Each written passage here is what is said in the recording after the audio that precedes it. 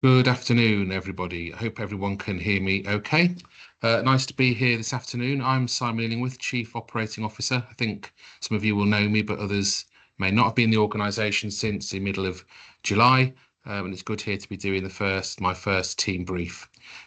I haven't got too much on the agenda today, but we have got a presentation from Zoe Barnes, who is our lead nurse for the emergency assessment unit, who's coming to talk to us about management of C. diff. So that will be happening later on in the presentation. And I've got a couple of things to run through in terms of updates for the organisation. Pick up first of all, some of you may have seen the screensavers and information around the hospital about Coffee with the Coup, which I'm running. Hopefully that will be a monthly event. First one is Monday, the 22nd of September from 11:30 to 12:30. It's in the Peaceful Pines Wellness Space, and you're invited to just come in for an informal catch up with myself and my deputy, Chris Dan. There'll be an opportunity for you to ask any questions about what's happening in the organisation or anything that you're concerned about. It's just a very informal session. There'll be coffee available. We can have a chat and catch up and see if I can answer any of your questions about what's happening in the organisation. You do need to book a place, and there's something available via MS Forms, which you can secure a post. And I'm hoping that, again, that will be shared with you in the chat today if you want to have a look at that. So that's first thing that's happening this September, Monday the 22nd. So look forward to seeing you there. Hopefully some of you will be coming this evening. We've got the annual general meeting for the hospital. That's 5:30 to 7 p.m. tonight in the Education Centre. We'll be looking and getting a talk, information on looking at how we work towards improving lives drop-in event from 4:30 in the foyer of the Education Centre. This session will feature teams from across the Trust showcasing their work, achievements and upcoming initiatives. Again, there'll be a link to that, but all welcome. Please feel free to come along if you want to do that. They're usually quite good events, so hopefully I'll see some of you there this evening. We've also got something to update you about called U-Reset, which is a self-service password reset tool launched this year. This is pretty important for everybody. So from the 1st of October, staff at the hospital will no longer be able to call NHIS out of hours to request a password reset. Basically, you need to register to do this. It takes about 2 minutes. It's not particularly complicated to get the authentication process set up before you can be able to change your password. Basically, there's a couple of steps to register. We'll put that in the chat and it will also go in the staff bulletin. But basically, just search enroll for password reset in the Windows search bar. Get an icon will appear. Once the browser tab is open, you'll be able to fill in the details to two of the options. You have 2 blank stars that need to be filled in. Once the stars have been filled in, you should be able to enroll. So it sounds pretty straightforward. I'll be doing that soon, but I'd really recommend we do that. For those staff at MCH and NGH, we will have a form that you can request on site if you want to do that. And again, the NHIS team will be there to help. If you can't update it yourself, you won't be able to log on to anything. So it's really important to register as soon as you can ahead of that. Again, any questions, you can put them in the chat and we'll try and answer them today, or alternatively, we'll be sending some information out for that. That was all on there. I think that's probably all from me in terms of updates for the organisation. So we've got Zoe Barnes now, who's going to give us a short presentation on managing C. diff. And this is pretty important for us. Don't want to steal Zoe's thunder, but I think we are seeing a rise in incidences of C. diff across the organisation. There's lots of things we can all do to try and keep that under control. And I think Zoe will be talking us through what they are. So Zoe, over to you.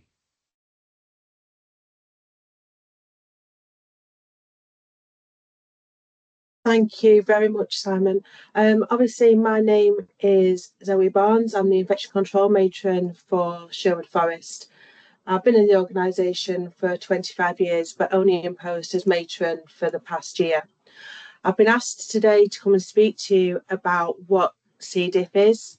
I've tried to aim this presentation so it resonates with everybody within the organisation, regardless of role. Most of you know what C. diff is. However, I'm just going to go through a little bit what it is, how we treat it, what we can do to reduce our numbers, and little bit where we sit organisationally. So C. diff is a bacteria that causes severe infectious diarrhea. I didn't think I'd be on a team brief talking about diarrhea. While some of us carry the bacteria harmlessly in our intestines, an infection can develop and the balance of good and bad bacteria is disturbed. This is most common after we're taking antibiotics. There are lots of risk factors around C. diff. Most of our patients meet some, if not all, of these risk factors, which is why it's really, really important that we're aware of them, that we try and minimise any risk of infection to them. So patients have been exposed to antibiotic treatment in the last 12 weeks, especially broad spectrums, are over 65. So we know we've got an ageing population, patients with multiple and severe underlying disease, use of enemas, bowel surgery, pre-existing conditions. Our patients that are admitted to our critical care units, patients undergoing chemotherapy, prolonged or recurrent admissions. We know we have a lot of patients that arrive in our hospital and are readmitted within a reasonably short space of time, and patients that have been exposed to a case of C. diff. I think one of the reasons I've been invited to today is because we've had our first C. diff outbreak within the organisation for 2 years. And unfortunately, when we did the testing, it did show that it was the same ribotype and had the same genetic fingerprint. So it was contamination from person to person or environment to something in the environment that caused the infection to our patients. So symptoms, a lot of you, if you're medical, nursing, or even been working in healthcare long enough, a lot of us know what the symptoms are. So a watery diarrhea, stomach pain, high temperatures, loss of appetite, dehydration. Its transmission is probably where we sit in IPC. How can we limit the transmission of C. diff in our organisation? So it is a highly contagious. It spreads through its spores, which are very, very difficult to kill. A patient with active C. diff discharges millions of their bacterial spores in their feces, so the environment becomes contaminated, especially if our patient is incontinent. The spores survive well in the environment and are resistant to many common disinfectants. They can survive for at least 6 months in dust and on surfaces if not removed. So this brings us to the cleanliness across the organisation, making sure that our environments are clean, that they're fit for purpose, that we all have a role to play in that.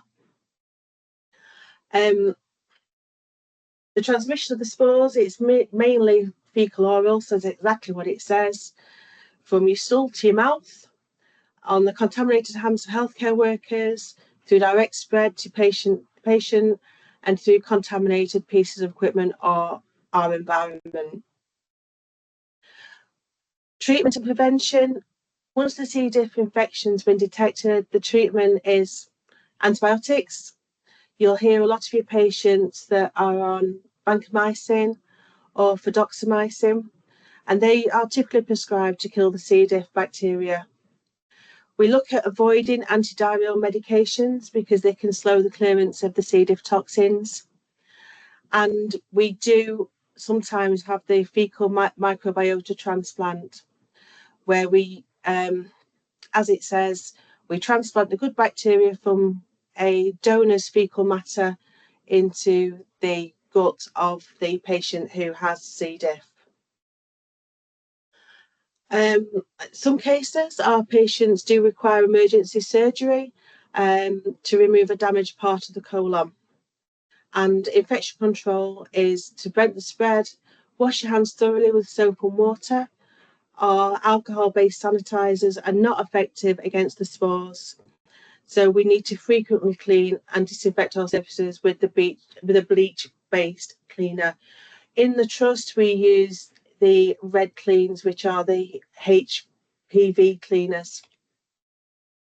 So why are we concerned? We are mandated to report our C. diff cases and have been since 2007. Anybody who is in our hospital that has a C. diff infection over the age of 2 years. The organisations set a trajectory from NHS England for the maximum expected levels of C. diff infections within their organisation. These are monitored and measured within our organisations. For last year, so 24-25, we had a trajectory of 65 trust attributed cases. March this year, we actually ended on 85 cases, 20 above our suggested trajectory. The 25-26 trajectory remained unchanged at 65 cases. I'm here today because we are just reaching the middle of September and we currently sit on 40 cases. At the same point last year, we were on 29 hospital attributed C. diff, so we are ahead of the curve. So as you can see from our peer organisations, we're the red line. We're sitting probably in the middle of the pack on our 24-25s. From the 25-26 data, you'll be able to see that the trajectory across all the organisations is increasing and we are on quite a steep curve.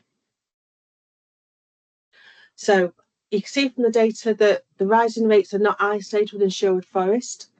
However, these are our patients, our community, and I think today is a little bit of a plea for us all to work together to make a difference. So there's lots of different strategies that we are working towards at the moment. So organisationally, there is a trust-wide action plan around C. diff that is just being created. This will be shared at a later date. Operationally, from the infection control point of view, we have a weekly C. diff MDT. So every patient in the hospital with C. diff that's on treatment is reviewed by a gastro consultant, a microbiologist, the infection control team, and the antimicrobial pharmacist to look at any change in treatment, anything we can advise, any support that we can offer. The infection control nurses review every patient with C. diff twice a week, just to make sure that the treatment is appropriate, that the patients are recovering nicely, that we are working towards our trust infection control policies.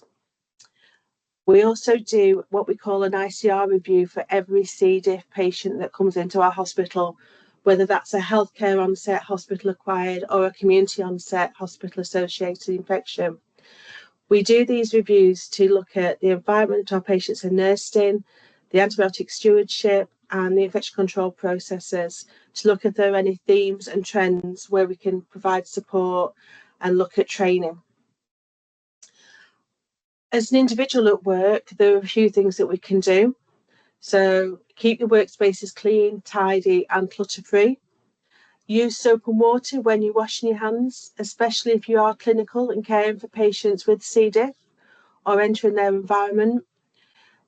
Use regular cleaning of your high-touch surfaces. The red Clinol wipes do destroy the C. diff spores. Prompt sampling and isolation of your patients with diarrhoea. So that is the Bristol stool chart 5 to 7. I was going to put some pictures on, and I'm sure everybody's seen the Bristol stool chart cake, where you go to Maltesers to a type 7, which is slightly less descriptive. Following your infection control policy and reaching out to your team if you require further support. As nurses and medics and people that are working on the wards, we are encouraged to review antibiotics at the board round and at every opportunity to ensure we're prescribing in accordance to our guidance, and to seek support from the microbiology team and the antimicrobial pharmacist for any concerns that you might have. From a personal point of view, only take antibiotics when necessary. Finish the course of antibiotics. Please don't stop them because you're feeling better. Don't share your antibiotics. Most of us will know somebody that's got a few left over from a sore throat they had last year, especially your grandmas, and they'll go, if you've got a sore throat, take some of these. And also, can we all stay hydrated and take care of each other? That is a very, very whistle-stop tour of C. diff. I know I've spoken quickly. I've been exceptionally nervous, so thank you for listening to me. The infection control team is available 7 days a week. We work 8 till 4. I'm sharing our extension number and the generic email that we use. And if you ring switchboard, they will be able to tell you which infection control nurse is on call over the weekend and be able to put you through directly to their mobile phone. So thank you very much. Thank you for listening to me. Thank you, Zoe. Interesting presentation. Has anyone got any questions for Zoe on that? I mean, this is really important for us. I think, as you've said, our incidences of C. diff have gone up significantly, and that has, if we don't get that under control and manage that well, it has significant implications, doesn't it, for the wider organisation, flow through the organisation, and ultimately at the front door, and for discharge as well for patients. Yes, so this it is an does. important one we get on top of, really. Okay, if there's no questions, which I don't think there is, I'd like to again thank Zoe for joining, and we'll see you all next time at the next team brief, and hopefully see some of you this evening at the AGM. And a coffee with a Q, don't forget that, of course, as well. See you soon. Thank you. Bye. Bye-bye. Bye. Bye.